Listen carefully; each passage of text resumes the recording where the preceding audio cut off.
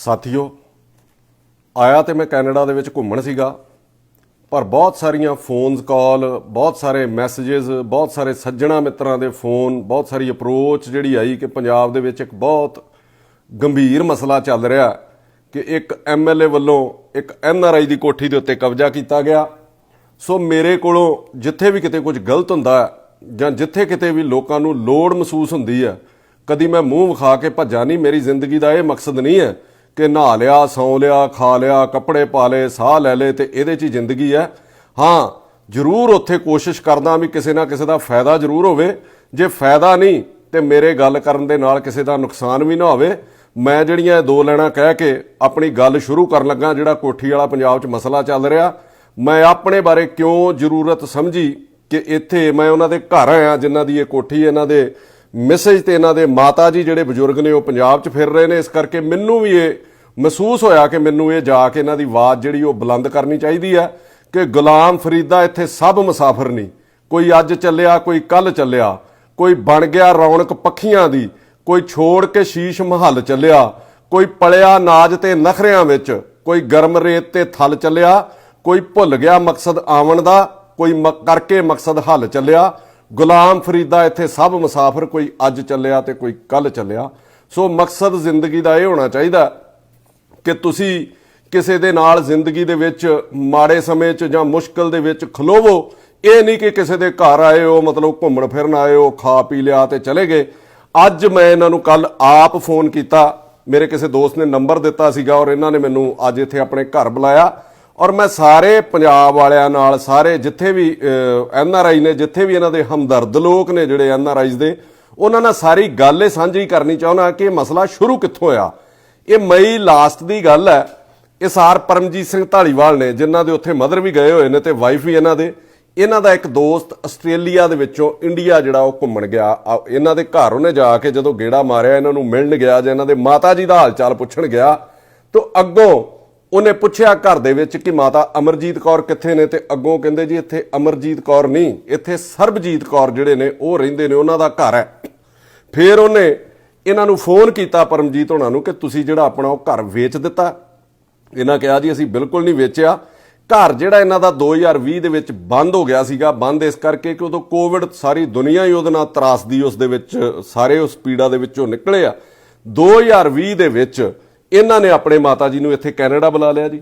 ਇਹਨਾਂ ਦੇ ਮਾਤਾ ਜੀ ਕੈਨੇਡਾ ਆ ਗਏ ਔਰ 28 ਮਈ ਨੂੰ ਇਹਨਾਂ ਨੇ ਇਹਨਾਂ ਨੂੰ ਪਤਾ ਲੱਗਾ ਆਪਣੇ ਦੋਸਤ ਦੀ ਕਾਲ ਤੋਂ ਬਾਅਦ, ਔਰ ਇਹਨਾਂ ਦੀ ਵਾਈਫ ਜਿਹੜੀ ਹੈ, ਉਹਨਾਂ ਨੇ ਕਾਲ ਤੁਸੀਂ ਕੀਤੀ ਕਿ ਤੁਹਾਡੇ ਮੈਸੇਜ ਨੇ ਜੀ ਮਾਣੂਕੇ ਨੂੰ? ਇਹਨਾਂ ਨੇ ਕਾਲ ਕੀਤੀ, ਜਿਹੜੀ ਫਸਟ ਕਾਲ ਹੈ 28 ਮਈ ਨੂੰ, ਜਿਨ੍ਹਾਂ ਦਾ ਨਾਂ ਲੱਗਦਾ ਸੀਗਾ ਕਿ ਘਰ ਦੇ ਵਿੱਚ ਉਹਨਾਂ ਦੀ ਅੱਜ ਕੱਲ੍ਹ ਰਹਿਸ਼ ਹੈ, ਉਹਨਾਂ ਨੇ ਕਾਲ ਚੁੱਕੀ ਨਹੀਂ। ਸੈਕਿੰਡ ਕਾਲ ਜਿਹੜੀ ਇਹਨਾਂ ਨੇ ਕੀਤੀ ਆਪਣੇ ਸੰਧਵਾ ਸਾਹਿਬ ਜਿਹੜੇ ਸਾਡੇ ਵਿਧਾਨ ਸਭਾ ਦੇ ਸਪੀਕਰ ਨੇ, ਉਹਨਾਂ ਨੇ ਵੀ ਕੋਈ ਮੇਰੇ ਖਿਆਲ ਗੱਲ ਨਹੀਂ ਤੁਹਾਡੇ ਨਾਲ ਹੋਈ ਤੇ ਮੈਸੇਜ ਕੀਤਾ ਜੀ ਤੁਸੀਂ ਉਹਨਾਂ ਨੂੰ ਮੈਸੇਜ ਕੀਤਾ ਔਰ ਉਹਨਾਂ ਨੇ ਅੱਗੋਂ ਕਿਹਾ ਕਿ ਤੁਹਾਡੀ ਕੰਪਲੇਂਟ ਜਿਹੜੀ ਆ ਮੈਂ ਉਹ ਫਾਰਵਰਡ ਕਰ ਦਿੱਤੀ ਹੈ ਸੀਐਮ ਹਾਊਸ ਦੇ ਵਿੱਚ। ਤੀਜੀ ਕਾਲ ਇਹਨਾਂ ਨੇ ਕੀਤੀ ਸਾਰ ਭਗਵੰਤ ਸਿੰਘ ਮਾਨ, ਮੁੱਖ ਮੰਤਰੀ ਪੰਜਾਬ ਦੇ ਓਐਸਡੀ ਨੇ, ਮਨਜੀਤ ਸਿੱਧੂ, ਉਹਨਾਂ ਨੇ ਇਹਨਾਂ ਨਾਲ ਗੱਲਬਾਤ ਕੀਤੀ, ਇਹਨਾਂ ਕੋਲੋਂ ਰਿਟਨ ਕੰਪਲੇਂਟ ਮੰਗੀ ਔਰ 7 ਮਈ ਨੂੰ ਜਿਹੜਾ ਮਨਜੀਤ ਸਿੰਘ ਓਐਸਡੀ ਨੇ ਉਹ ਇਹਨਾਂ ਨੂੰ ਮਿਲਦੇ ਨੇ ਔਰ ਉਹਨਾਂ ਨੇ ਥੋੜੀ ਦੂਰ ਜਾ ਕੇ ਸਾਰ ਭਗਵੰਤ ਸਿੰਘ ਮਾਨ ਨਾਲ ਗੱਲ ਕੀਤੀ ਔਰ ਇਹਨਾਂ ਨੂੰ ਆ ਕੇ ਦੱਸਿਆ ਕਿ ਤੁਹਾਡਾ ਜਿਹੜਾ ਸਾਰਾ ਮਸਲਾ ਉਹ ਮੈਂ ਮਾਨ ਸਾਹਿਬ ਦੇ ਨੋਟਿਸ ਦੇ ਵਿੱਚ ਲਿਆ ਦਿੱਤਾ। 7 ਜੂਨ ਨੂੰ ਇਹ ਕੰਪਲੇਂਟ ਜਿਹੜੀ ਰਿਟਨ ਦੇ ਵਿੱਚ ਦਿੰਦੇ ਨੇ, ਉਹ ਕੰਪਲੇਂਟ ਦੀ ਇੱਕ ਕਾਪੀ ਦਿੰਦੇ ਨੇ ਸੀਐਮ ਨੂੰ, ਡੀਜੀਪੀ ਨੂੰ, ਐਨਆਰਆਈ ਮੰਤਰੀ ਕੁਲਦੀਪ ਸਿੰਘ ਢਾਲੀਵਾਲ ਨੂੰ, ਰਾਘਵ ਚੱਡਾ ਜਿਹੜੇ ਪੰਜਾਬ ਦੇ ਇੰਚਾਰਜ ਨੇ ਉਹਨਾਂ ਨੂੰ, ਕੇਜਰੀਵਾਲ ਹੋਣਾ ਨੂੰ, ਸੰਦੀਪ ਪਾਠਕ ਜਿਹੜੇ ਪੰਜਾਬ ਦੇ ਵਿੱਚ ਜਿਨ੍ਹਾਂ ਦਾ ਪੂਰਾ ਦਖਲ ਹੈ, ਉਹਨਾਂ ਸਾਰਿਆਂ ਨੂੰ ਇੱਕ ਇੱਕ ਕਾਪੀ ਇਹਨਾਂ ਜਿਹੜੀ ਫਾਰਵਰਡ ਕੀਤੀ ਹੈ। ਔਰ ਉਹਦੇ ਵਿੱਚ ਜੋ ਤੱਥ ਮੇਰੇ ਸਾਹਮਣੇ ਆਏ ਤੇ ਜੋ ਇਹਨਾਂ ਦਿੱਤੇ ਕਿ 8 ਜੂਨ ਨੂੰ ਜਿਹੜੀ ਫਰਦ ਹੈ ਉਹ ਇਹਨਾਂ ਦੀ ਅਮਰਜੀਤ ਕੌਰ ਜਿਹੜੇ ਇਹਨਾਂ ਦੇ ਮਾਤਾ ਜੀ ਨੇ ਉਹਨਾਂ ਦੇ ਨਾਂ ਦੇ ਉੱਤੇ ਬੋਲਦੀ ਹੈ। 8 ਜੂਨ ਦੀ ਇਹਨਾਂ ਨੇ ਉਹ ਕਾਪੀ ਕਢਾਈ ਹੈ ਫਰਦ ਦੀ।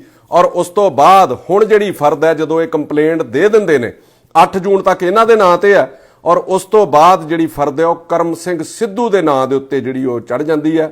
2004 ਦੇ ਵਿੱਚ ਇਹਨਾਂ ਨੇ ਕੋਠੀ ਖਰੀਦੀ ਆ, ਇੱਥੇ ਬੈਠੇ ਨੇ ਕੈਨੇਡਾ।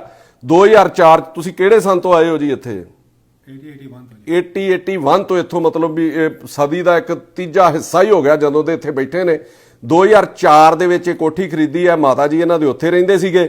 2005 21 ਮਾਰਚ ਜਿਹੜੀ 2005 ਉਦੋਂ ਇੱਕ ਪਾਵਰ ਆਫ ਅਟਾਰਨੀ ਤਿਆਰ ਹੁੰਦੀ ਹੈ ਅਸ਼ੋਕ ਕੁਮਾਰ ਵੱਲੋਂ, ਔਰ ਉਹਦੇ ਵਿੱਚ ਜਿਹੜੇ ਸਿਗਨੇਚਰ ਨੇ, ਜਿਵੇਂ ਇਹਨਾਂ ਨੇ ਦੱਸਿਆ ਕਿ ਫੇਕ ਸਿਗਨੇਚਰ ਜਿਹੜੇ ਅਮਰਜੀਤ ਕੌਰ ਦੇ, ਪਰਮਜੀਤ ਕੌਰ ਦੇ, ਔਰ ਉਹਦੀ ਰਿਪੋਰਟ ਤੱਕ ਆ ਚੁੱਕੀ ਹੈ। ਦੋ ਜਿਹੜੇ ਫੋਰੈਂਸਿਕ ਮਾਹਰ ਨੇ ਉਹਨਾਂ ਕੋਲੋਂ ਇਹਨਾਂ ਨੇ ਰਿਪੋਰਟ ਜਿਹੜੀ ਲਈ ਹੈ ਕਿ ਇਹ ਸਿਗਨੇਚਰ ਜਿਹੜੇ ਮੈਚ ਹੀ ਨਹੀਂ ਕਰਦੇ। 16 ਜੂਨ ਨੂੰ ਇਹਨਾਂ ਕੋਲੇ 2 ਰਿਪੋਰਟਾਂ ਜਿਹੜੀਆਂ ਆ ਗਈਆਂ ਨੇ, ਜਿਹਦੀ ਆ ਕਾਪੀ ਇਹਨਾਂ ਨੇ ਹੁਣ ਇੱਥੇ ਮੈਨੂੰ ਦਿੱਤੀ ਹੈ। ਇਹ ਪੰਜਾਬ ਵੀ ਭੇਜ ਦਿੱਤੀਆਂ ਨੇ ਜੀ, ਤੁਸੀਂ ਕਾਪੀਆਂ ਉੱਥੇ ਦਸਤਾਵੇਜ਼ ਹੈ ਜੀ, ਉਹਨਾਂ ਨੇ ਕਰਵਾਈਆਂ ਸੀ ਸਾਡੇ ਲਈ ਤੇ ਉਹਨਾਂ ਨੇ ਇਹਦੀ ਕੀਤੀ ਹੋਈ ਹੈ ਰਿਪੋਰਟ ਪੂਰੀ। ਉਹਦੇ ਅੱਗੇ ਵੇਖੋ, ਉਹਦੇ ਵਿੱਚ ਇੱਕ ਨੰਬਰਦਾਰ ਹੈ ਸ਼ਿਆਮ ਸਿੰਘ, ਉਹਦੇ ਸਾਈਨ ਵੀ ਇਹਦੇ ਵਿੱਚ ਮਿਸਮੈਚ ਜਿਹੜੇ ਨੇ, ਕਿਉਂਕਿ ਜਿਹੜੇ ਉਹਦੇ ਪੁਰਾਣੀਆਂ ਰਜਿਸਟਰੀਆਂ ਤੋਂ ਸਾਈਨ ਕੱਢੇ ਗਏ, ਜਦੋਂ ਪਹਿਲਾਂ ਵੀ ਕਿਤੇ ਨੰਬਰਦਾਰੀ ਦੇ ਤੌਰ ਤੇ ਗਵਾਹੀ ਪਾਉਂਦਾ ਸੀਗਾ, ਉਹ ਵੀ ਸਾਈਨ ਜਿਹੜੇ ਇਹਨਾਂ ਸਾਈਨਾਂ ਦੇ ਨਾਲ ਸਿਗਨੇਚਰ ਮੈਚ ਨਹੀਂ ਕਰਦੇ। ਔਰ ਉਹਦੀ ਡੈਥ ਹੋ ਚੁੱਕੀ ਉਸ ਬੰਦੇ ਦੀ, ਜਿਹੜਾ ਬੰਦਾ ਖੜਾ ਕੀਤਾ ਗਿਆ ਪਾਵਰ ਆਫ ਅਟਾਰਨੀ ਲਈ। ਔਰ ਮਾਤਾ ਜੀ ਦੀ ਜਗ੍ਹਾ ਤੇ ਜਿਹੜੀ ਔਰਤ ਖੜੀ ਕੀਤੀ ਗਈ ਹੈ, ਉਹਦੀ ਵੀ ਕਹਿੰਦੇ ਡੈਥ ਹੋ ਚੁੱਕੀ ਆ। ਵੀ ਸਭ ਜਿਉਂਦੀਆਂ ਜੀ ਜਗ੍ਹਾ ਦੇ ਉੱਤੇ ਮਰਿਆਂ ਬੰਦਿਆਂ ਨੂੰ ਤਿਆਰ ਕਰਕੇ ਉਹਨਾਂ ਦੇ ਪੇਪਰ ਲਾਏ ਗਏ। ਐਡੀ ਮਤਲਬ ਕੀ ਇਹ ਮਤਲਬ ਪੰਜਾਬ 'ਚ ਚੱਲ ਕੀ ਰਿਹਾ ਹੈ, ਸਾਰਾ ਸੋਚਣ ਵਿਚਾਰਨ ਦੀ ਲੋੜ ਹੈ। ਇੱਕ ਰਿਪੋਰਟ ਇਹਨਾਂ ਨੂੰ ਫਿਰੋਜ਼ਪੁਰ ਤੋਂ ਵੀ ਆ ਗਈ ਹੈ, ਸੰਜੀਵ ਸ਼ਰਮਾ ਨੇ ਜੀ ਫੋਰੈਂਸਿਕ ਜਿਹੜੇ, ਉਹਨਾਂ ਨੇ ਵੀ ਇਹ ਰਿਪੋਰਟ ਇਹਨਾਂ ਨੂੰ ਤਿਆਰ ਕਰਕੇ ਦਿੱਤੀ ਕਿ ਸਾਈਨ ਜਿਹੜੇ ਉਹ ਬਿਲਕੁਲ ਜਿਹੜੇ ਮਿਸਮੈਚ ਨੇ।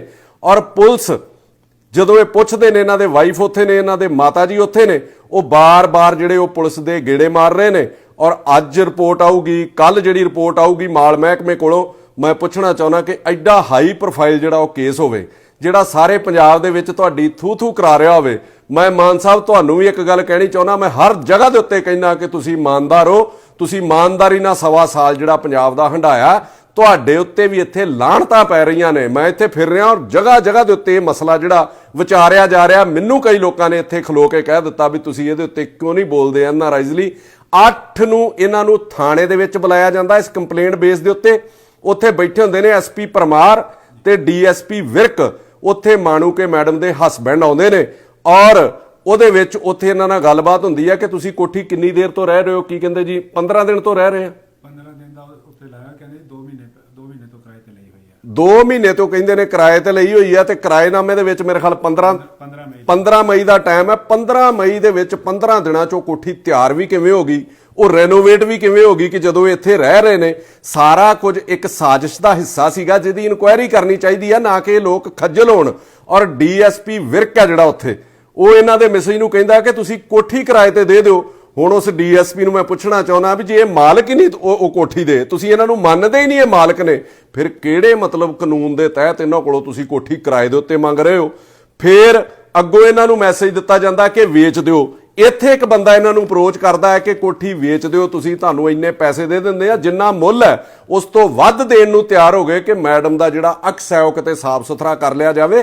ਅਕਸ ਇਸ ਤਰੀਕੇ ਸਾਫ਼ ਨਹੀਂ ਹੋਣਾ ਮੈਡਮ, ਤੁਸੀਂ ਵੀ ਸੁਣ ਲਓ ਮਾਣੂਕੇ ਜੀ, ਅਕਸ ਤੁਹਾਡਾ ਸਾਫ਼ ਤਾਂ ਹੋਣਾ ਸੀਗਾ ਤੁਸੀਂ ਇਹਨਾਂ ਦੀ ਖੁਦ ਰਖਵਾਲੀ ਕਰਦੇ।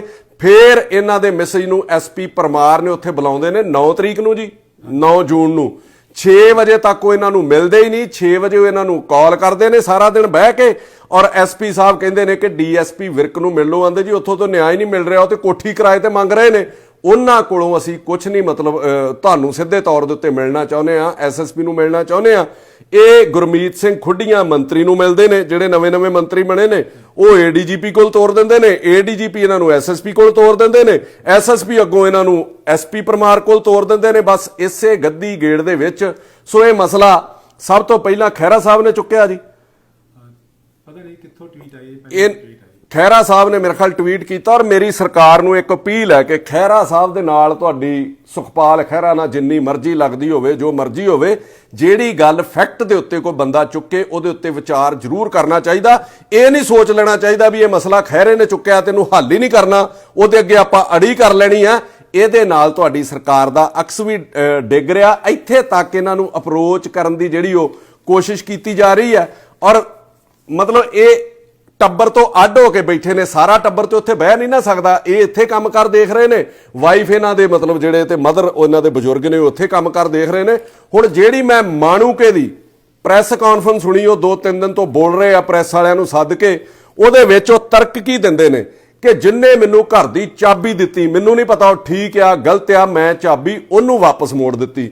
ਮੇਰਾ ਮੈਡਮ ਮਾਣੂਕੇ ਨੂੰ ਇੱਕ ਸਵਾਲ ਹੈ ਕਿ ਕੋਈ ਚੋਰ ਗੱਡੀ ਚੋਰੀ ਕਰਕੇ ਲੈ ਆਵੇ, ਉਹਦੀ ਚਾਬੀ ਤੁਹਾਨੂੰ ਫੜਾ ਦੇਵੇ ਤੇ ਮਗਰ ਮਾਲਕ ਆ ਜੇ ਆਪਣੇ ਦਸਤਾਵੇਜ਼ ਲੈ ਕੇ, ਤੇ ਤੁਸੀਂ ਕੀ ਕਹੋਗੇ ਵੀ ਮੈਂ ਚਾਬੀ ਜਿਹੜੀ ਉਹ ਚੋਰ ਨੂੰ ਮੋੜਨੀ ਆ? ਤੁਹਾਡਾ ਫਰਜ਼ ਹੈ, ਲੋਕਾਂ ਨੇ ਤੁਹਾਨੂੰ ਐਮਐਲਏ ਬਣਾਇਆ। ਮੈਂ ਸੁਣਦਾ ਸੀਗਾ ਕੱਲ ਤੁਹਾਨੂੰ ਕਿ ਮੈਂ ਐਮਐਲਏ 40,000 ਤੇ ਜਿੱਤੀ ਆ, ਔਰ 40,000 ਤੇ ਤੁਸੀਂ ਜਿੱਤੇ ਹੋ, ਤੇ ਤੁਹਾਡੇ ਇਲਾਕੇ ਦੇ ਲੋਕਾਂ ਦੀ ਜਾਨ ਤੇ ਮਾਲ ਦੀ ਰਾਖੀ ਕਰਨਾ ਵੀ ਤੁਹਾਡਾ ਫਰਜ਼ ਬਣਦਾ। ਇਹ ਲੋਕਾਂ ਨੂੰ ਧੱਕੇ ਨਾ ਖਾਣੇ ਪੈਣ। ਇਹਨਾਂ ਲੋਕਾਂ ਨੇ ਤੁਹਾਨੂੰ, ਐਨਆਰਆਈਜ਼ ਨੇ, ਸਾਰੀ ਸਰਕਾਰ ਨੂੰ, ਤੁਹਾਨੂੰ ਲੋਕਾਂ ਨੂੰ ਫੰਡਸ ਵੀ ਦਿੱਤੇ ਨੇ। ਇਸ ਕਰਕੇ ਨਹੀਂ ਦਿੱਤੇ ਕਿ ਸਾਡੀਆਂ ਕੋਠੀਆਂ ਦੇ ਉੱਤੇ, ਸਾਡੀਆਂ ਜਾਇਦਾਦਾਂ ਦੇ ਉੱਤੇ ਕਬਜ਼ਾ ਕਰ ਲਓ, ਸਾਨੂੰ ਖੱਜਲ ਹੋਣਾ ਪਵੇ। ਮੈਂ ਤੁਹਾਨੂੰ ਇੱਕ ਗੱਲ ਕਹਿਣਾ ਚਾਹੁੰਦਾ ਸਰਬਜੀਤ ਕੌਰ ਮਾਣੂਕੇ, ਕਿ ਲੋਕ ਜੇ ਚੜਾ ਸਕਦੇ ਆ ਨਾ, ਤੇ ਲੋਕ ਥੱਲੇ ਵੀ ਲਾ ਸਕਦੇ ਆ। ਤਾਕਤ ਦਾ ਤੇ शोहरत का कभी मान नहीं करना चाहिए कि शोहरत की बुलंदी भी पल भर का तमाशा है। शोहरत की बुलंदी भी पल भर का तमाशा है। जिस डाल पे बैठे हो वो टूट भी सकती है। भी जेड़ी टाणी ते बैठे हो, जे इहो जे काम करोगे तो डिग भी पैनी है। दूजा तर्क तुसी की दिंदे हो? मैं SSP नूं कहा कि वैरीफाई कर ते जेड़ा गलत है ਉਹਦੇ ਉੱਤੇ परचा दर्ज कर। फिर बनदा ते ਇਹ ਸੀਗਾ भी SSP ਉਹਨੂੰ ਵੈਰੀਫਾਈ ਕਰਦਾ, DC ਉਹਨੂੰ ਵੈਰੀਫਾਈ ਕਰਦਾ। ਫਿਰ ਤੁਸੀਂ ਬਿਨਾ ਵੈਰੀਫਾਈ ਕੀਤੇ ਕਿਵੇਂ ਇੱਕ ਬੰਦੇ ਨੂੰ ਚਾਬੀ ਦੇ ਦਿੱਤੀ? ਉਹਦੇ ਉੱਤੇ ਤੁਸੀਂ ਕੋਈ ਸਰਕਾਰੀ ਰਿਸੀਵਰ ਲਾਉਂਦੇ, DC ਦੇ ਦਫ਼ਤਰ ਚਾਬੀ ਰੱਖ ਦਿੰਦੇ, SSP ਦੇ ਦਫ਼ਤਰ ਚਾਬੀ ਰੱਖ ਦਿੰਦੇ ਵੀ ਜਿਹੜਾ ਜਾਇਜ਼ ਹੋਊਗਾ, ਜਿਹੜਾ ਸਹੀ ਹੋਊਗਾ ਉਹਨੂੰ ਚਾਬੀ ਦੇ ਦੇ। ਤੁਸੀਂ ਕਿਵੇਂ ਅਥਾਰਟੀ ਬਣ ਗਏ? ਤੁਸੀਂ ਕੋਈ ਹਾਈ ਕੋਰਟ ਦੇ ਜੱਜ ਲੱਗੇ ਹੋ ਵੀ ਤੁਸੀਂ ਉਸੇ ਵੇਲੇ ਫੈਸਲਾ ਸੁਣਾ ਦਿੱਤਾ ਵੀ ਇਸ ਬੰਦੇ ਨੇ ਮੈਨੂੰ ਕੋਠੀ ਦਿੱਤੀ ਹੈ ਔਰ ਇਹਨੂੰ ਮੈਂ ਵਾਪਸ ਚਾਬੀ ਕਰ ਰਹੀ ਹਾਂ। ਜੇ ਗਲਤ ਸੀ ਤੇ ਤੁਹਾਡਾ ਫਰਜ਼ ਸੀਗਾ ਉਸ ਬੰਦੇ ਦੇ ਉੱਤੇ ਪਰਚਾ ਦਰਜ ਕਰਾਉਂਦੇ। ਗਲਤ ਕੋਠੀ ਤੁਸੀਂ ਕਹਿ ਰਹੇ ਹੋ ਕਿ ਡਿਸਪਿਊਟਡ ਕੋਠੀ ਮੈਨੂੰ ਦੇ ਦਿੱਤੀ ਗਈ। ਡਿਸਪਿਊਟਡ ਕੋਠੀ ਲਈ ਕਿਉਂ ਜਾਂਦੀ ਹੈ? ਡਿਸਪਿਊਟਡ ਜਾਇਦਾਦ ਲਈ ਕਿਉਂ ਜਾਂਦੀ ਹੈ? ਆਮ ਤੌਰ ਤੇ ਪੁਰਾਣੇ ਲੀਡਰਾਂ ਨੂੰ ਇਹ, ਮੈਂ ਤੇ ਵੇਖਦਾ ਰਿਹਾ, ਮੈਂ ਅਕਾਲੀਆਂ 'ਚ ਵੀ ਰਿਹਾ, ਮੈਂ ਕਾਂਗਰਸ ਨਾਲ ਵੀ ਰਿਹਾ, ਆਮ ਤੌਰ ਤੇ ਸਰਕਾਰ ਬਣਦਿਆਂ ਹੀ ਕੁੱਤੇ ਵਾਂਗੂ ਸੁੰਘਦੇ ਫਿਰਦੇ ਨੇ ਵੀ ਝਗੜੇ ਵਾਲੀ ਜਗ੍ਹਾ ਹੈਗੀ ਆ ਕਿਤੇ, ਝਗੜੇ ਵਾਲੀ ਜਗ੍ਹਾ ਹੈਗੀ ਆ ਕਿਤੇ। ਉਹ ਕੰਮ ਤੁਸੀਂ ਲੋਕਾਂ ਨੇ ਵੀ ਅਪਣਾ ਲਏ। ਜੇ ਇਹ ਗਲਤ ਸੀਗੇ ਤੇ ਤੁਹਾਡੀ ਲੈਣੀ ਨਹੀਂ ਸੀ ਇਹ ਕੋਠੀ ਬਣਦੀ। ਫਿਰ ਤੁਸੀਂ ਤਰੱਕੀ ਦਿੱਤਾ ਕਿ ਖਹਿਰੇ ਨੇ ਵੀ ਜ਼ਮੀਨ ਦੱਬੀ ਆ, ਉਹ ਆਪਣੀ ਜ਼ਮੀਨ ਪਹਿਲਾਂ ਛੱਡੇ। ਮੈਂ ਤੈਨੂੰ ਪੁੱਛਣਾ ਚਾਹੁੰਦਾ, ਜੇ ਖਹਿਰੇ ਨੇ ਜ਼ਮੀਨ ਦੱਬੀ ਆ ਤੇ ਫਿਰ ਕਾਰਵਾਈ ਕਿਹਨੇ ਕਰਨੀ ਹੈ? ਸਰਕਾਰ ਤੁਹਾਡੀ ਹੈ। ਫਿਰ ਤੁਸੀਂ ਉਹਦੇ ਕੋਲ ਗੱਲਾਂ 'ਚ ਕਿਉਂ ਛਡਾਉਂਦੇ ਹੋ? ਫਿਰ ਉਹਦੇ ਉੱਤੇ ਕਾਰਵਾਈ ਕਿਉਂ ਨਹੀਂ ਕਰਦੇ? ਗੱਲਾਂ ਬਾਤਾਂ ਨਾਲ ਨਾ ਸਾਰੋ, ਮਤਲਬ ਜੋ ਤੁਸੀਂ ਕੀਤਾ ਫਿਰ ਉਡੀਕ ਕਾਹਦੀ ਕਰਦੇ ਹੋ? ਜੇ ਖਹਿਰੇ ਨੇ ਕੋਠੀ ਦੱਬੀ ਹੈ, ਸਭ ਤੋਂ ਵੱਧ ਵਿਰੋਧ ਤੁਹਾਡੀ ਸਰਕਾਰ ਦਾ ਕੱਲੇ ਬੰਦੇ ਦਾ ਉਹ ਕਰਦਾ, ਤੇ ਫਿਰ ਉਹਦੇ ਉੱਤੇ ਕਾਰਵਾਈ ਕਿਉਂ ਨਹੀਂ ਕਰਦੇ? ਜੇ ਉਹਨੇ ਜਗ੍ਹਾ ਦੱਬੀ ਆ, ਜਿਹਦੀ ਜਗ੍ਹਾ ਦੱਬੀ ਉਹਨੂੰ ਸਟੈਂਡ ਕਰ ਲਓ ਤੇ ਖਹਿਰੇ ਦੇ ਉੱਤੇ ਪਰਚਾ ਦਰਜ ਕਰੋ। ਆਪਾਂ ਜਿਹੜੇ ਬੰਦੇ ਦੇ ਨਾਲ ਇਹਨਾਂ ਦਾ ਝਗੜਾ ਹੈ, ਜਿਹਦੇ ਬਾਰੇ ਦੁਹਾਈ ਦੇ ਰਹੇ ਆ, ਕਰਮ ਸਿੰਘ ਜਿਹੜਾ ਬੰਦਾ ਹੈ, ਉਹਦਾ ਆਪਾਂ ਪੱਖ ਲੈ ਰਹੇ ਆ। ਉਹਦੀਆਂ ਆਪਣੇ ਨਾਲ ਫੋਟੋਆਂ ਆਉਂਦੀਆਂ ਨੇ, ਫਿਰ ਆਪਾਂ ਕਿਰਾਏਨਾਮਾ ਉਹਦੇ ਕੋਲ ਲਿਖਾ ਲਿਆ। ਆਪਾਂ ਉਹਦਾ ਐਡਾ ਪੱਖ ਕਿਉਂ ਪੂਰ ਰਹੇ ਆ? ਦੂਜੀ ਚੀਜ਼, ਮੈਂ ਛੋਟੇ ਇਸ਼ੂਜ਼ ਦੇ ਵਿੱਚ ਕਦੀ ਨਹੀਂ ਪਿਆ ਕਿ ਉਸ ਜਗ੍ਹਾ ਦੇ ਉੱਤੇ ਸੜਕ ਕਿਵੇਂ ਪੈ ਗਈ।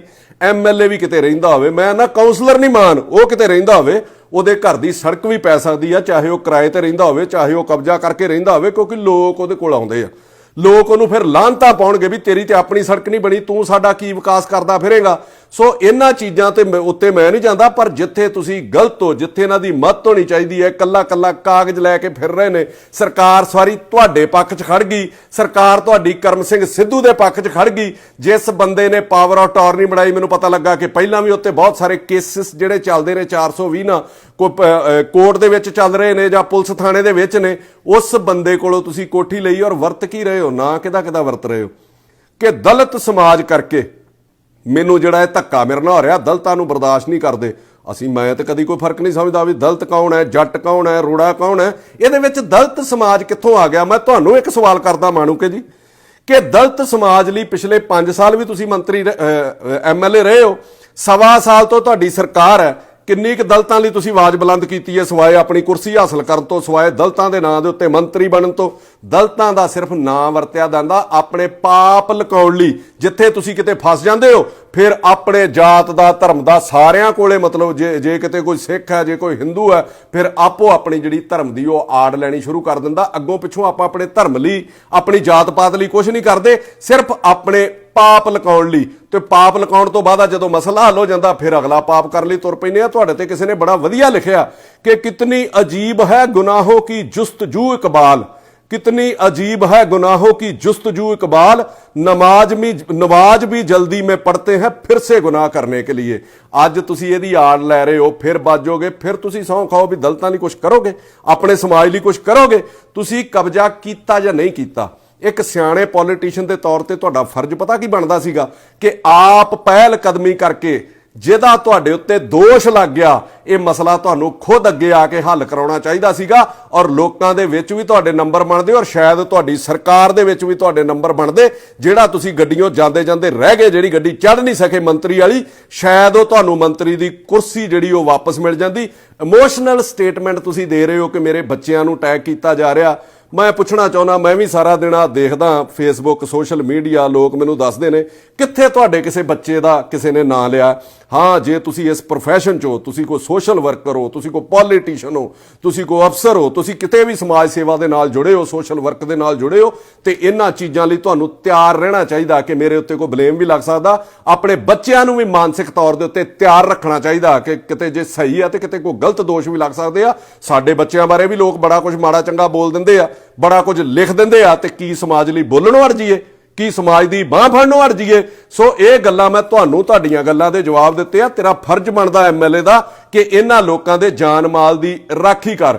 ਹੁਣ ਮੈਂ ਗੱਲ ਕਰਨ ਲੱਗਾ, ਜਿਹੜਾ ਮੇਰਾ ਸਿੱਧਾ ਮੈਸੇਜ ਹੈ ਉਹ ਹੈ ਸਾਰ ਭਗਵੰਤ ਸਿੰਘ ਮਾਨ ਨੂੰ ਕਿ ਮੈਂ ਤੇਰੀ ਇਮਾਨਦਾਰੀ ਪੱਖੋਂ ਤੇਰੀ ਬਹੁਤ ਇੱਜ਼ਤ ਕਰਦਾ। ਪੰਜਾਬ ਨੂੰ ਬਹੁਤ ਦੇਰ ਬਾਅਦ, ਪਤਾ ਨਹੀਂ ਤੁਸੀਂ ਦਿੱਲੀ ਤੋਂ ਚੱਲਦੇ ਹੋ, ਤੁਹਾਡੇ ਕਿਤੇ ਪੈਰਾਂ 'ਚ ਬੇੜੀਆਂ ਵੀ ਹੋਣਗੀਆਂ, ਜੋ ਵੀ ਹੈ, ਪਰ ਬੜੀ ਦੇਰ ਬਾਅਦ ਪੰਜਾਬ ਨੂੰ ਆ ਸਵਾ ਸਾਲ ਕੋ ਇਮਾਨਦਾਰ ਮੁੱਖ ਮੰਤਰੀ ਦਾ ਤੁਹਾਡੇ ਐਮਐਲਏ ਥੱਲੇ ਕਰਦੇ ਹੋਣਗੇ ਇਹੋ ਜਿਹੀਆਂ ਚੋਰੀਆਂ ਠੱਗੀਆਂ। ਮੈਂ ਕੋਈ ਉਹਦੀ ਸਾਦੀ ਨਹੀਂ ਭਰਦਾ, ਪਰ ਹਾਂ ਅਜੇ ਤੱਕ ਤੁਹਾਡੇ ਉੱਤੇ ਕੋਈ ਮੈਨੂੰ ਐਡਾ ਵੱਡਾ ਦੋਸ਼ ਜਾਂ ਕੋਈ ਐਡਾ ਵੱਡਾ ਕੀ ਕੋਈ ਦੋਸ਼ ਲੱਭਾ ਨਹੀਂ ਕਰਪਸ਼ਨ ਦਾ।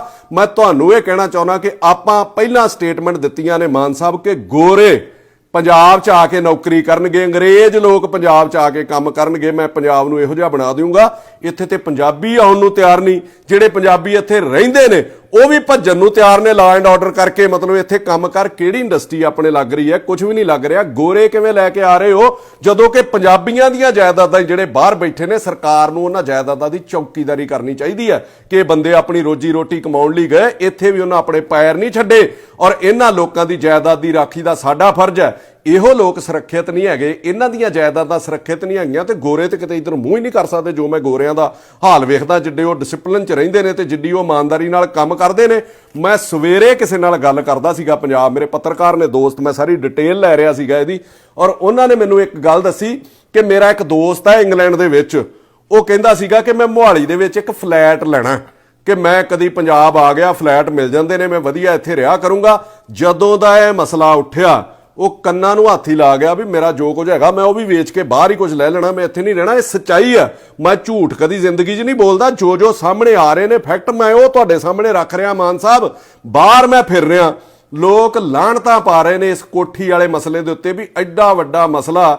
ਉਹ ਦੋ ਲੇਡੀਜ਼ ਪੰਜਾਬ ਦੇ ਵਿੱਚ ਜਾ ਕੇ ਖੱਜਲ ਹੋ ਰਹੀਆਂ ਨੇ। ਇੱਥੇ ਵੀ ਰੋਜੀ ਰੋਟੀ ਦੀ ਫਿਕਰ ਹੈ, ਇੱਥੇ ਕੋਈ ਪੰਜਾਬ ਵਾਲਾ ਹਿਸਾਬ ਤੇ ਨਹੀਂ ਕਿ 10 ਦਿਨ ਨੌਕਰੀ ਤੇ ਨਾ ਜਾਓ ਤੇ ਐਮਐਲਏ ਜਾਂ ਮੇਰੇ ਵਰਗਾ ਫੋਨ ਕਰਦੇ ਵੀ ਇਹਨੇ ਨਹੀਂ ਆਉਣਾ ਤੇ 10 ਦਿਨ ਇਹਦੀ ਹਾਜ਼ਰੀ ਲਾ ਦੀ। ਉਹੋ ਜਿਹਾ ਸਿਸਟਮ ਇੱਥੇ ਨਹੀਂ ਚੱਲਦਾ। ਸੋ ਇਹ ਲੋਕ ਤੁਹਾਡੇ ਕੋਲੋਂ ਬੜੀ ਆਸ ਨਾਲ ਬੈਠੇ ਨੇ, ਤੁਹਾਨੂੰ ਫੋਨ ਕੀਤਾ, ਤੁਹਾਡੇ ਓਐਸਡੀ ਨੇ ਤੁਹਾਡੇ ਧਿਆਨ 'ਚ ਲਿਆਂਦਾ। ਹੁਣ ਤੱਕ ਇਹ ਮਸਲਾ ਜਿਹੜਾ ਉਹ ਹੱਲ ਹੋ ਜਾਣਾ ਚਾਹੀਦਾ ਸੀਗਾ, ਔਰ ਇਹਨੂੰ ਦੁੱਧ ਦਾ ਦੁੱਧ, ਪਾਣੀ ਦਾ ਪਾਣੀ ਜਿਹੜਾ ਉਹ ਤੁਹਾਨੂੰ ਚਾਹੀਦਾ ਆਪ ਜਿਹੜਾ ਉਹ ਦਖਲ ਦੇ ਕੇ ਕਰੋ। ਜੇ ਤੁਸੀਂ ਇਹ ਮਸਲਾ ਹੱਲ ਕਰੋਗੇ, ਮੈਂ ਤੁਹਾਨੂੰ ਗਰੰਟੀ ਨਾ ਕਹਿਣਾ, ਜੋ ਮੈਂ ਇੱਥੇ ਹਾਲਾਤ ਵੇਖੇ ਨੇ, ਲੋਕਾਂ ਦਾ ਵਿਸ਼ਵਾਸ ਤੁਹਾਡੇ ਲਈ ਹੋਰ ਪੱਕਾ ਹੋਊਗਾ। ਲੋਕ ਤੁਹਾਡੀ ਸਿਫਤ ਕਰਨਗੇ। ਆਪਣੇ ਐਮਐਲਏਆਂ ਦੀਆਂ ਗਲਤੀਆਂ ਕਰਕੇ ਆਪਣੀ ਸਰਕਾਰ ਦਾ ਅਕਸ ਨਾ ਸੁੱਟੋ। ਖਹਿਰਾ ਸਾਹਿਬ ਵੀ ਕਹਿੰਦੇ ਸੀਬੀਆਈ ਜਾਂਚ, ਮਤਲਬ ਆਮ ਲੋਕ ਕਹਿੰਦੇ ਇੱਥੇ ਸੀਬੀਆਈ ਜਾਂਚ, ਮੈਂ ਨਹੀਂ ਮੰਨਦਾ। ਮੈਂ ਕਹਿੰਦਾ ਇਹਦੀ ਜਾਂਚ ਤੁਸੀਂ ਆਪਦੇ ਡੀਜੀ ਵਿਜੀਲੈਂਸ ਹੈ ਉਹਨਾਂ ਕੋਲੋਂ, ਮੈਂ ਉਸ ਬੰਦੇ ਨੂੰ ਵੀ ਇਮਾਨਦਾਰੀ ਦਾ ਬਹੁਤ ਵੱਡਾ ਖਿਤਾਬ ਦਿੰਦਾ, ਵਰਿੰਦਰ ਸ਼ਰਮਾ ਉਹਨਾਂ ਨੂੰ, ਨਿਊਟਰਲ ਜਾਂਚ ਉਹਨਾਂ ਨੂੰ ਕਰਨ ਲਈ ਕਹਿ ਦਿਓ। ਉਹ 2 ਦਿਨਾਂ ਦੇ ਵਿੱਚ ਤੁਹਾਨੂੰ ਦੁੱਧ ਦਾ ਦੁੱਧ ਤੇ ਪਾਣੀ ਦਾ ਪਾਣੀ ਕਰ ਦੇਣਗੇ। ਹਰ ਬੰਦੇ ਦੇ ਨਹਾੜੇ ਕੱਢ ਲਏ। ਆ ਧਾਰੀਵਾਲ ਐਨਆਰਆਈ ਮਿਨਿਸਟਰ ਹੈ, ਪਹਿਲਾ ਮਹਿਕਮਾ ਤੇ ਉਹਦੇ ਕੋਲੋਂ ਖੋਹ ਲਿਆ ਵੀ ਸਮਝ ਆ ਗਈ ਵੀ ਇਹ ਗੱਲਾਂ ਵਾਲਾ ਹੀ ਹੈ। ਆਪਾਂ ਉੱਥੋਂ ਕਬਜ਼ਾ ਛਡਾ ਲਿਆ, ਉੱਥੋਂ ਕਬਜ਼ਾ ਛਡਾ ਲਿਆ, ਨਾ ਤੇ ਬਾਦਲਾਂ ਦੇ ਕਬਜ਼ੇ ਛੁੱਟੇ, ਨਾ ਵੱਡੇ ਲੀਡਰਾਂ ਦੇ ਕਬਜ਼ੇ ਛੁੱਟੇ, ਤੇ ਧਾਰੀਵਾਲ ਨੂੰ ਉਸ ਕੰਮੋਂ ਤੋਂ ਤੁਸੀਂ ਵਿਹਲਾ ਕੀਤਾ। ਬਹੁਤ ਵਧੀਆ, ਵੀ ਸਿਵਾਏ ਗੱਲਾਂ ਤੋਂ ਬਗੈਰ ਕੁਝ ਹੈ ਨਹੀਂ ਸੀਗਾ। ਪਰ ਆ ਜਿਹੜਾ ਮਸਲਾ ਤੁਹਾਡੇ ਆਪਣੇ ਧਿਆਨ ਦੇ ਨਾਲ ਜਿਹੜਾ ਉਹ ਹੱਲ ਹੋਣਾ ਚਾਹੀਦਾ। 7 ਸਮੁੰਦਰੋਂ ਪਾਰ, ਮੇਰਾ ਇੱਕ ਛੋਟਾ ਜਿਹਾ ਸਵਾਲ ਹੈ ਭਗਵੰਤ ਮਾਨ ਹੋਣਾ ਨੂੰ, 7 ਸਮੁੰਦਰੋਂ ਪਾਰ ਕੌਣ ਜਾ ਕੇ ਝੂਠੀ ਲੜਾਈ ਲੜਦਾ ਹੈ ਜੀ ਪੰਜਾਬ ਦੇ ਵਿੱਚ? ਕਿੰਨੂੰ ਨਹੀਂ ਪਤਾ ਵੀ ਪੰਜਾਬ ਦੇ ਵਿੱਚ ਪੁਲਿਸ ਕਿੰਨੀ ਆਪ ਉਧਰੀ ਆ ਵੀ ਇਹਨਾਂ ਨੂੰ ਫਸਾ ਦੂਗੀ ਕਿਤੇ ਨਾ ਕਿਤੇ। ਸੱਚੇ ਨੇ ਤੇ ਇਹ ਲੜਾਈ ਆਪਣੀ ਲੜ ਰਹੇ ਆ ਨਾ, ਕਿੱਡੀ ਕੁ ਛੇਤੀ ਇਹ ਮਸਲਾ ਹੱਲ ਹੋ ਸਕਦਾ। ਇਹਦੇ ਤੇ 2-3 ਤਰਕ ਨੇ, ਲਾਓ ਆਪਦੇ ਡੀਜੀ ਦੀ ਡਿਊਟੀ ਤੇ 2 ਦਿਨਾਂ 'ਚ ਹੱਲ ਨਾ ਹੋਵੇ। ਉਹ ਕਹਿ ਰਹੀ ਹੈ ਕਿ ਮੈਂ 15 ਦਿਨਾਂ ਤੋਂ ਇੱਥੇ ਕਿਰਾਏ ਤੇ ਆ ਜੀ।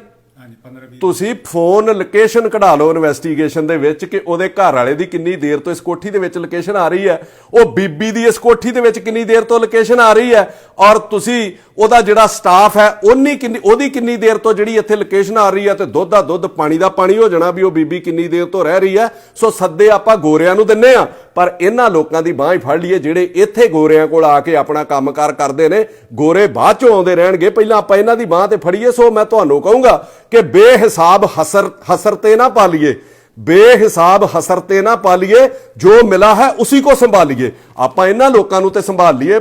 ਸੋ ਮੇਰੀ ਤੁਹਾਨੂੰ ਰਿਕੁਐਸਟ ਹੈ ਮਾਨ ਸਾਹਿਬ, ਮੈਂ ਕੋ ਗਰਮ ਬੋਲ ਕੇ 4 ਗਾਲਾਂ ਕੱਢ ਕੇ ਸਰਕਾਰ ਨੂੰ, ਮੇਰਾ ਤਾਂ ਕੁਝ ਨਹੀਂ ਜਾਣਾ। ਇਹਨਾਂ ਲੋਕਾਂ ਦਾ ਮੈਂ ਮਸਲਾ ਖਰਾਬ ਨਹੀਂ ਕਰਨਾ ਚਾਹੁੰਦਾ, ਉਹਨੂੰ ਮੈਂ ਹੋਰ ਨਹੀਂ ਉਲਝਾਉਣਾ ਚਾਹੁੰਦਾ। ਮੈਂ ਤੁਹਾਨੂੰ ਬੜੀ ਨਿਮਰਤਾ ਦੇ ਨਾਲ ਰਿਕੁਐਸਟ ਕਰ ਰਿਹਾ ਕਿ ਇਹਨਾਂ ਨੇ ਮੈਨੂੰ ਵੀ ਬੜੀ ਆਸ ਨਾਲ ਸੱਦਿਆ, ਔਰ ਤੁਹਾਡੇ ਵੱਲ ਵੀ ਬੜੀ ਆਸ ਦੇ ਨਾਲ ਨਿਗਾਹ ਲਾ ਕੇ ਗੱਡੇ ਨੇ। ਲੱਖ ਇਹਨਾਂ ਦੇ ਮਨ ਦੇ ਵਿੱਚ 20 ਗੱਲਾਂ ਸੀ, ਪਰ ਇੱਕ ਗੱਲ ਇਹਨਾਂ ਵੀ ਐਡਮਿਟ ਕੀਤੀ ਹੈ ਕਿ ਹਾਂ ਯਾਰ ਸੀਐਮ ਦੇ ਉੱਤੇ ਦੋਸ਼ ਨਹੀਂ ਹੈਗਾ, ਕੋਈ ਇਮਾਨਦਾਰ ਹੈ। ਔਰ ਮੈਂ ਵੀ ਇਹਨਾਂ ਨੂੰ ਇੱਕ ਗੱਲ ਫਖਰ ਦੇ ਨਾਲ ਕਹੀ ਹੈ, ਤੇ ਸੋ ਫਖਰ ਇਹਨਾਂ ਦਾ ਬਣਿਆ ਵੀ ਰਹਿਣਾ ਚਾਹੀਦਾ ਕਿ ਜੇ ਤੁਹਾਡੀ ਕੋਠੀ ਕਿਸੇ ਪਿਛਲੀਆਂ ਸਰਕਾਰਾਂ ਦੇ ਐਮਐਲਏ ਨੇ ਦੱਬੀ ਹੁੰਦੀ, ਚਾਹੇ ਉਹ ਅਕਾਲੀ ਸੀਗਾ ਚਾਹੇ ਕਾਂਗਰਸੀ ਸੀਗਾ, ਤੇ ਹੋ ਸਕਦਾ ਉੱਥੇ ਤੁਹਾਡੀਆਂ ਜਨਾਨੀਆਂ ਤੇ ਵੀ ਪਰਚੇ ਹੋ ਜਾਂਦੇ। ਜੇ ਤੁਹਾਨੂੰ ਇਨਸਾਫ ਮਿਲ ਸਕਦਾ ਤੇ ਮੇਰੇ ਖਿਆਲ ਦੇ ਵਿੱਚ ਭਗਵੰਤ ਮਾਨ ਜਿਹੜਾ ਤੁਹਾਨੂੰ ਉਸ ਇਨਸਾਫ ਜ਼ਰੂਰ ਦੇਊਗਾ। ਪਰ ਅਖੀਰ ਦੇ ਵਿੱਚ ਮੈਂ ਤੁਹਾਨੂੰ ਫੇਰ ਇਹ ਕਹਿ ਕੇ ਬੇਨਤੀ ਕਰਨ ਲੱਗਾ ਕਿ ਤੱਕੜੀ 'ਚ ਤੋਲੋ, ਬਰਾਬਰ ਤੋਲਿਓ। ਇਹਨਾਂ ਦੇ ਨਾਲ ਜੇ ਧੱਕਾ ਹੋ ਰਿਹਾ ਤੇ ਜਿਹੜਾ ਵੀ ਅਫਸਰ ਉਹਦੇ ਵਿੱਚ ਇਨਵੋਲਵ ਹੈ, ਚਾਹੇ ਉਹ ਐਸਡੀਐਮ ਹੈ, ਚਾਹੇ ਉਹ ਤਹਿਸੀਲਦਾਰ ਹੈ, ਚਾਹੇ ਉਹ ਪਟਵਾਰੀ ਹੈ, ਚਾਹੇ ਉਹ ਪੁਲਿਸ ਵਾਲਾ ਜਿੰਨੇ ਇਹਨਾਂ ਦੀ ਸੁਣਵਾਈ ਨਹੀਂ ਕੀਤੀ ਐਮਐਲਏ ਦੇ ਪ੍ਰੈਸ਼ਰ ਦੇ ਵਿੱਚ ਆ ਕੇ, ਜਿੰਨੇ ਫਰਦਾਂ ਬਦਲੀਆਂ ਨੇ, ਉਹਨਾਂ ਦੇ ਉੱਤੇ 420 ਦਾ ਪਰਚਾ ਦਰਜ ਕਰੋ। ਜੇ ਤੁਸੀਂ ਨਹੀਂ ਕਰੋਗੇ ਤੇ ਮੈਂ ਇਹ ਕਹਿ ਕੇ ਤੁਹਾਨੂੰ ਸਮਾਪਤੀ ਕਰਨ ਲੱਗਾ ਕਿ ਲਸ਼ਕਰ ਵੀ तुम्हारा है, लश्कर भी तुम्हारा है भगवंत मान जी, लश्कर भी तुम्हारा है, सरदार भी तुम्हारा है। तुम झूठ को सच लिख दो, अखबार भी तुम्हारा है। धन्यवाद जी।